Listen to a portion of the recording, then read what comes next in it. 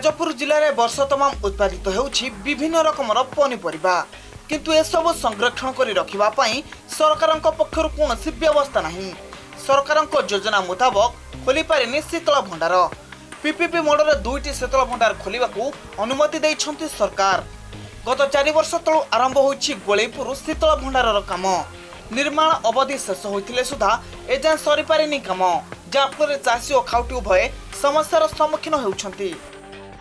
टमाटर 2 kilo 10 3 kilo 10 ये बिक्री होची आ किछि तो सुविधा नहीं रखिया पई आ आमे आनिकी अदर दर रे बिकिया पई पडुची। बैगण भी से 2 किलो 10 8 टका 7 टका 6 टका 5 टका बिक्री होवा पई पडुची। आ बैगण आज्ञा से 4 रु 5 आमे तो बसिकरी सब गुडा बिकी परिबुनु, एते गुडे फळुची आ व्यापारी की किछि दे देलु 4 रु 5 टका दर देलु। खाउटी भी आज्ञा से 5-6 रे नउचु बिकुचु आ टंके 2 टका अधिक बिकुचु। चाष न करिकरी बरं कोठी दिन मजूरिया भाव में काम कले आमे 300 टका 200 टका आनी परिबु चल।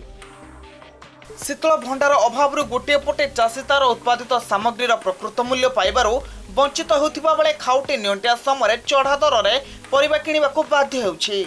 सेपटे कामर अग्रगति पाई बारंबार तदारख करा जाउछि एवं खूब शीघ्र शीतल भंडार काम शेष होबो बोली कहिसंती उद्यान विभाग निर्देशक। रेट रही बाड़ किलो 7 टका बिला 3 किलो 3 टका 4 टका ये अच्छी अधिका दिन ये मनमुखी आज 20 टका बिकले काली 25 टका बिकले 30 टका बिकले 100 टका मार्केट बाहर मार्केट बेपार नहीं गले। छतिया रे गोटे अच्छी हमर 4900 मेट्रिक टन रो गोटे कोल्ड स्टोर गोटे काम करछि आ गोटे पानी कोइल रे वर्तमान सारा निर्माण दिन अच्छे 5000 मेट्रिक टन रो ए दुईटी कोल्ड स्टोर वर्तमान चली निकट रे सरी। सरकारी बाबू मानक खामख्याली मनोभाव जो क्षतिग्रस्त होउछंती चाषी, तेणु शीतल भंडार काम खूब शीघ्र शेष हेले चाषी उपकृत होई पारंते बोली लोके मत दैछंती। जाजपुरରୁ संजय खणाई का रिपोर्ट, MBC न्यूज।